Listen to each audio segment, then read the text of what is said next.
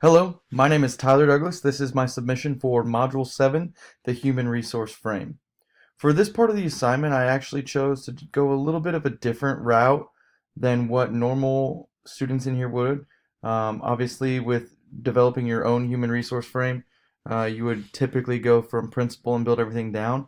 So for the purpose of my own benefit and kind of explaining um, the leadership in my building, I made my pyramid more along the lines of how our fulfillment center runs.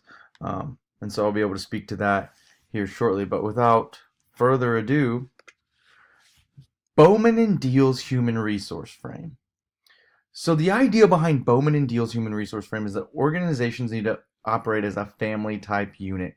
There needs to be a group that is cognizant of each other, and aware of what everyone does while still working together um, seamlessly. Family type is a good uh, term to use. Team, like a sports team where everybody has their own role. Um, Bowman and Deal go on to say that the business needs and the needs of the people need to match up in the sense of you can't have your workers, your employees needing something from you and you not acknowledge it, but you need something from them. In order to do this, you have to have multiple sources of open communication. Voices need to be heard, listened to, and when those issues that are brought up or those needs are brought up that are heard or listened to, there needs to be action that comes from those. Um, you need to be able to act upon it. So if the business needs something of the people and the people need something of the business, action needs to occur in order for that family type, that team type unit to function correctly.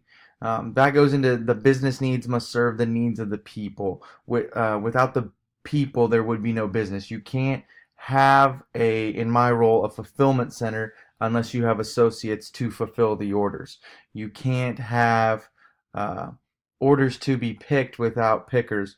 You can't have pickers to pick orders without orders to be picked, so on and so forth. You get the gist of what I'm saying.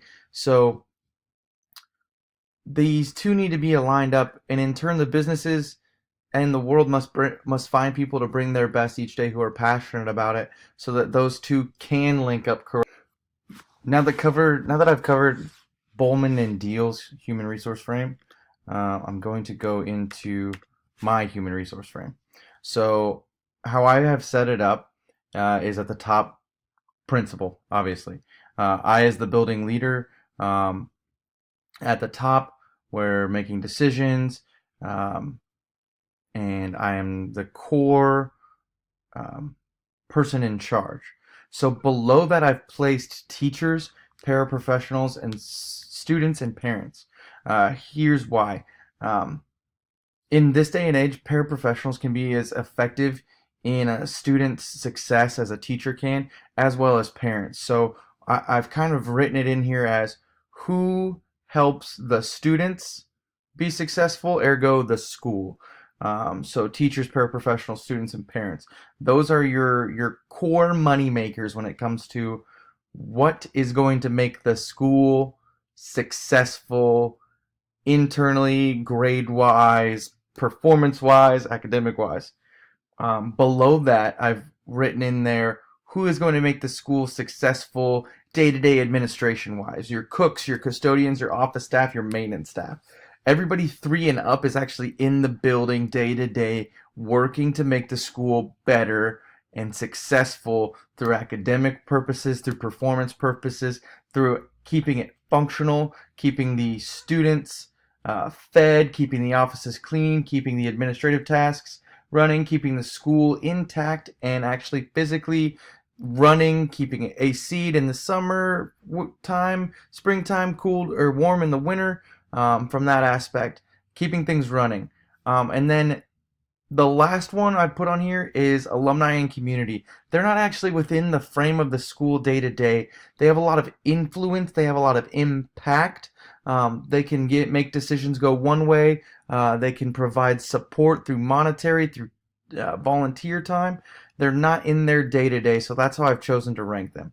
So, in conclusion, everybody within the school is working towards a common goal of the school being successful, whether that's through the fact that it hasn't broke down.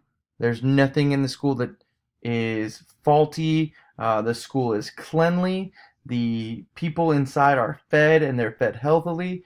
Um, the office runs seamlessly.